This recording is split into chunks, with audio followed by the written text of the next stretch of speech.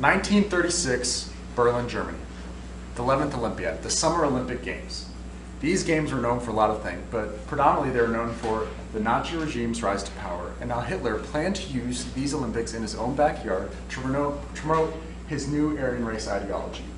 Hitler had hoped that by having his Aryan athletes beat the best athletes from around the world, he would really prove that his Aryan race was superior. However, there was another major story on the side of the Americans. American sprinter Jesse Owens, who burst on the scene and boasted one of the greatest performances in Olympic history. However, what many people do not know is that his performance would not have been able to happen if it weren't for one person, German shoemaker, co-founder of Adidas footwear company, Adi Dassler.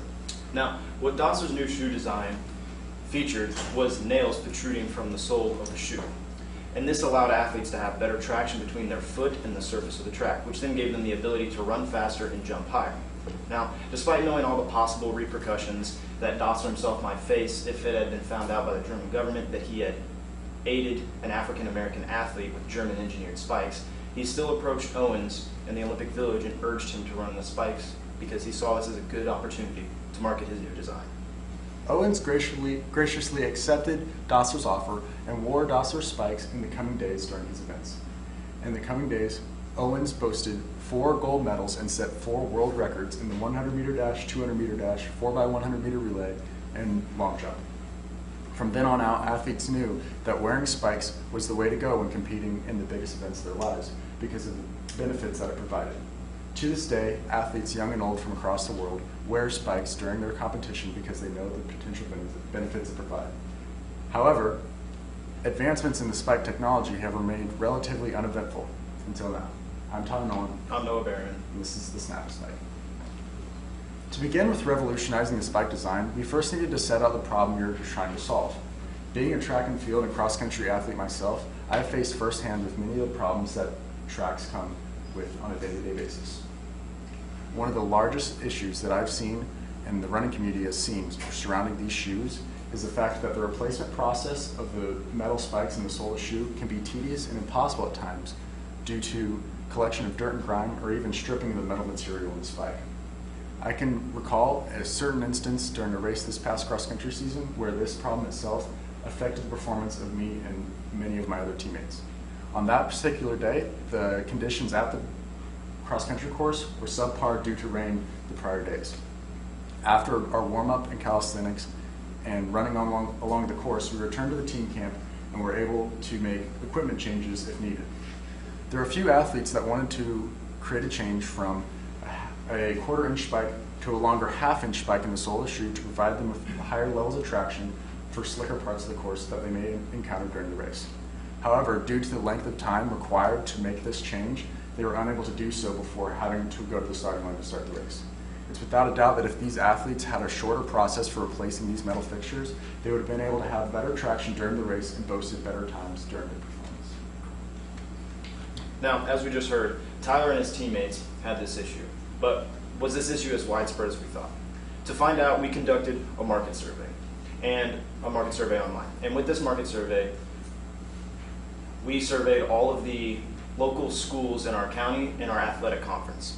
And after this was all said and done, we had about 100 responses. But we wanted more because we wanted to go more nationwide and possibly globally if we could. So we contacted Robert Johnson of Let'sRun.com. Let'sRun.com is the largest and most popular running forum on the internet. What Mr. Johnson did with our survey is he posted the link to it on the front page of the website. Now, anytime someone clicked on the website, they would see that first thing. Within 48 hours, we had quadrupled our responses and gotten just over 500 responses. When it was all said and done, we had gotten responses from 46 of the 50 states and even some other countries like Australia, some countries in Europe, and Canada. Now, the type of athletes that filled out this survey also was a big variety. We had the casual runner, and then we even had 2 collegiate and high school level runners, and even had a few professional athletes fill it out. The data we collected from this survey was extremely useful going forward in our process. We were able to first define that this was indeed a problem, not just affecting me and the local runners in our community, but runners nationwide and even worldwide. As you can see here, over 3/4 of the runners that took our survey stated that they had had an issue replacing a spike before.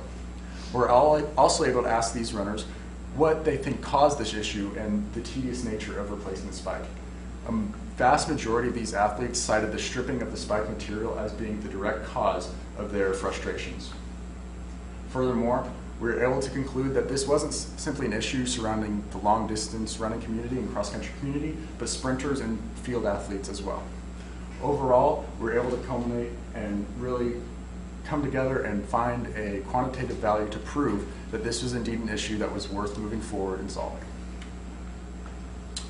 Once we had finally justified our problem, we then wanted to research everything possible about track spikes. And the first thing that really piqued our interest was a research done by Dr. Berryman on the energy return of spikes. Now, energy return is, think about when you're on a trampoline and you jump and you compress the trampoline and it springs you back upward. That's what a track spike does on a track surface.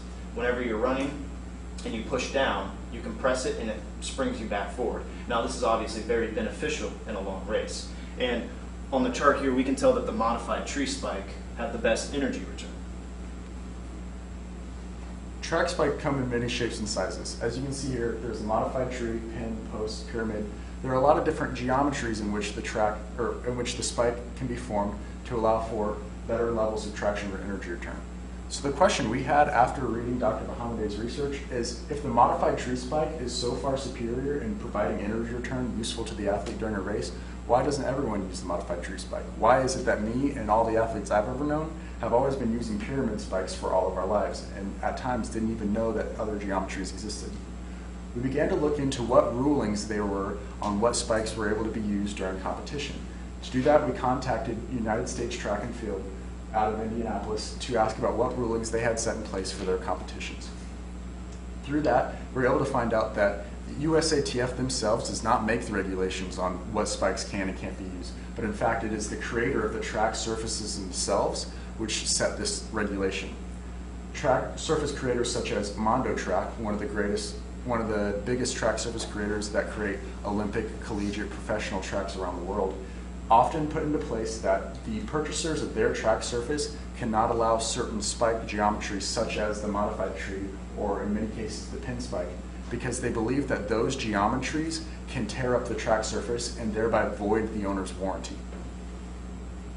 Through our contacts with the United States Track and Field, we were also able to make a phone call conference with Mr. Richard Benoit out of Los Angeles. Richard Benoit is a former Olympic hurdler and now owner of VS Athletics, an athletic store in California. We consulted Mr. Benoit on this problem and if he faced this problem during his time as an athlete and what solutions he proposed to solving this problem. We discovered that Mr. Benoit was in fact an inventor and an innovator himself, and he had come up with a solution to try and solve this problem before. Mr. Benoit's solution was the hex spike. The hex spike is much like other track spikes, however the base of the spike is a hex shape, much like a hardware bolt. The fact that there are more surfaces for the track spike tool to grip and provide torsion with meant that the possibility that the spike would strip in the threading is less likely. What we learned from Mr. Benoit, and also we took Mr. Benoit's hex spike idea and various other ideas, and we searched up patents because we needed to find out what other solutions, because if Mr. Benoit had an idea, then someone else had to, obviously. So then what we did with all of these designs is we put them in a similar solution matrix. What that is it basically compares on certain criteria. And what we found from this is as long as our spike had the same, as long as our spike was easier to remove and easier to replace, it would be able to compete with everything else if we did not affect the top spike geometry, which is something that we had also learned from Dr. Berryman's study, that as long as we do not affect the top part of the geometry of the spike, and we only focused on the bottom, we would be able to not lose any energy return to the athletes. Following all this research, we began on creating the design of our product. Once again, due to our similar solutions matrix, we had a few criteria that we would work by going into creating our solutions. As Noah said, we couldn't change the geometry of the top of the spike because we didn't want to affect the energy return provided to the athletes. Our spikes needed to be just as fast on the track as they were replacing. We also knew that because spikes, no matter what brand they are, Nike, Adidas, Saucony, all use the same threading pattern in the sole of the shoe, we had to create an adapter that would allow our spikes to be inserted into whatever shoe the athlete may have. We also knew that because the twisting pattern of removing the spikes caused so many issues with the stripping of the spike and the threading, we knew that we didn't want to have a threaded spike because that would be very problematic for our athletes and often cause stripping of the spike. Nolan and I thought that the best solution for this issue would be a spike that would pop in and out of the hole and allow for easy and seamless replacement of the spike. When working on a scale as small as this, we didn't really realize how small hundredths of an inch were until we sat there with a dial caliper in the shoe and we're like, wow. So we needed some direction on exactly how we had to make this. So we contacted Omnilight. Omnilight is the leading producer, leading manufacturer in spikes, track spikes. And Mike Walker got back to us and actually sent us the schematics that they use for track spikes. Now this was, if we hadn't gotten this, this would have been a major choke point and we probably wouldn't have been able to go further because we didn't really have access to try, fail with this. We needed to get it right on the first time. And this also allowed the threading for our adapter piece would be right on. Like Noah said, because the scale was so small and our product would be easy to prototype because of how small it was, we were able to move forward with trying to formulate two designs. The first design we decided to move forward with was a snap fastening design inspired by the Varsity Jackets No Award during the winter of creating these products. You may know these snap fasteners that are on jackets, jeans, purses, etc. We thought of a design that would allow the spike to snap into the hole much like those products with the audible snap sound indicating that it had been secured in the hole and then be able to reverse out of the hole just as simply. The second design we decided to move forward with was actually inspired by a Lego toy found in Mrs. Floyd's classroom. The Lego toy featured a connecting bush, much like the one seen here, that allowed for a rotating piece to be easily placed onto a base of the toy, while also being just as easily removed from the base of the toy. With both these designs in our heads, Nolan moved forward with creating the snap fastening design, while I moved forward with drawing out and CAD modeling the Lego fastening design. And once we had created both our designs, we reconvened for prototyping. Now, the first thing that we did to try and create a rough prototype is we contacted Acme Masking. And they were able to 3D print a 3:1 scale model for us.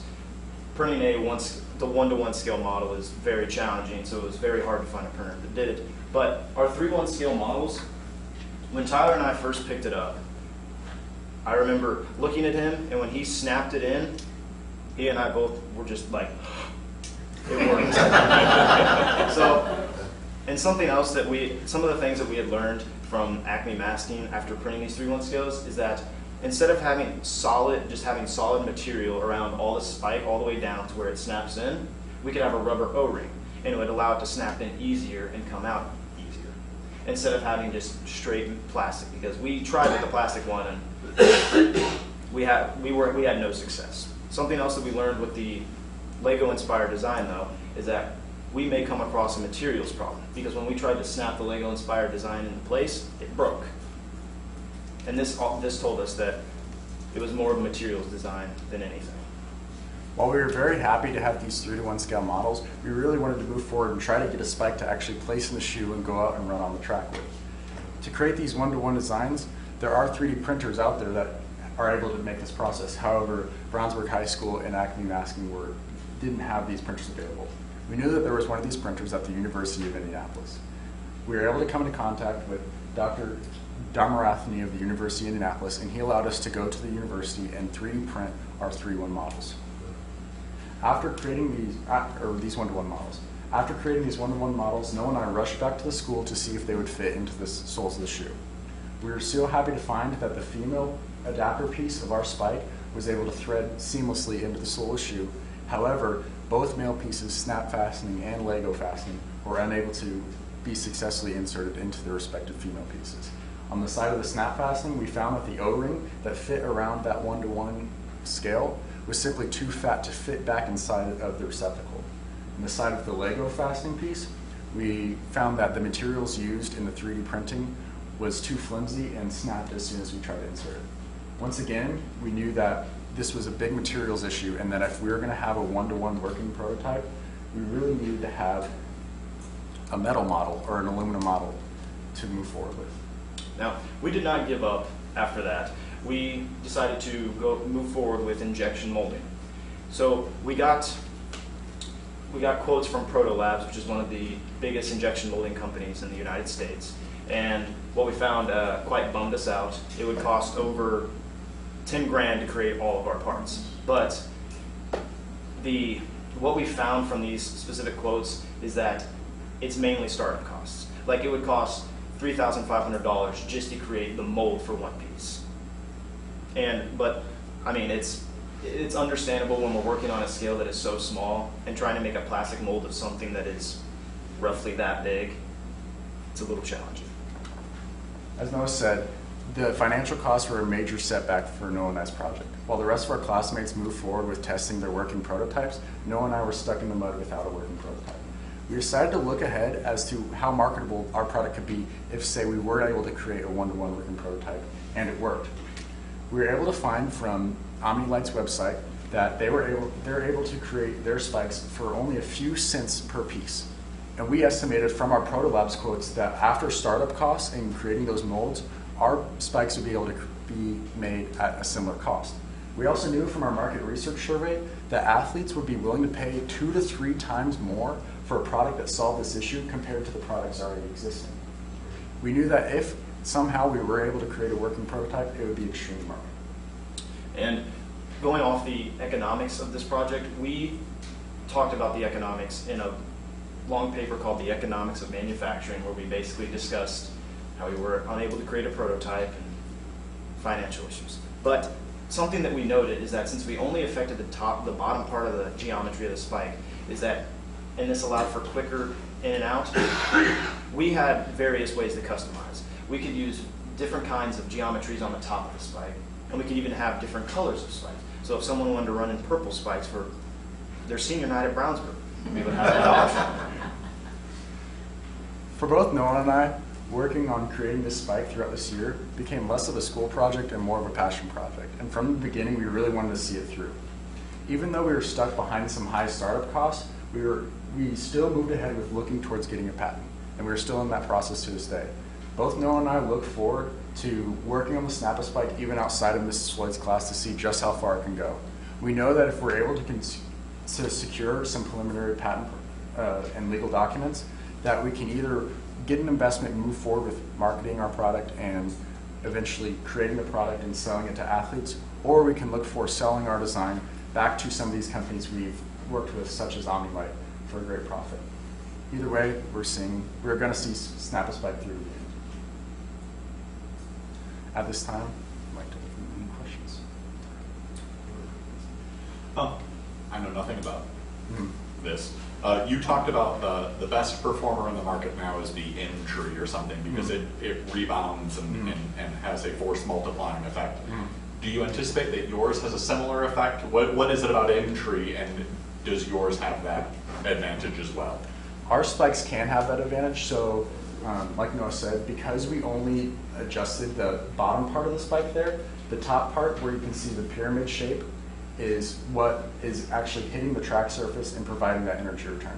Because we're only altering how the spike is inserted into the sole of the shoe, that means we can customize and change that top part. So if an athlete was planning on running at a race where, say, Mondo track wasn't being used and wasn't regulating the shapes that they could have, and they could use those M-tree designs, they could use that. Awesome. You talked a little bit about researching other solutions to this problem. You talked about the hex spike and stuff like that. In any of your research of other solutions, did anyone have a non-threading solution? Is yours the only non-threading solution? There were a few solutions, and we found crazy solutions, even from Adi Dassler, German shoemaker. Adi Dassler actually had a solution in which spikes would be placed into holes in the sole of the shoe, and the bottom part of the spike would have a small hole in which a rod would go through the side of the shoe and go through that hole and lock in. However, we knew that would add extra weight, and that rod could also fall out during the race and would struggle to be secured. Adidas are actually quoted in one of his patents that we found that he had attempted to create a snapping mechanism and found that the rotation of the spike inside the sole could mean that the athlete lacked traction during the race. But Nolan and I hoped that with the use of something like the rubber O-rim causing friction inside that hole, we could avoid that issue. Excellent.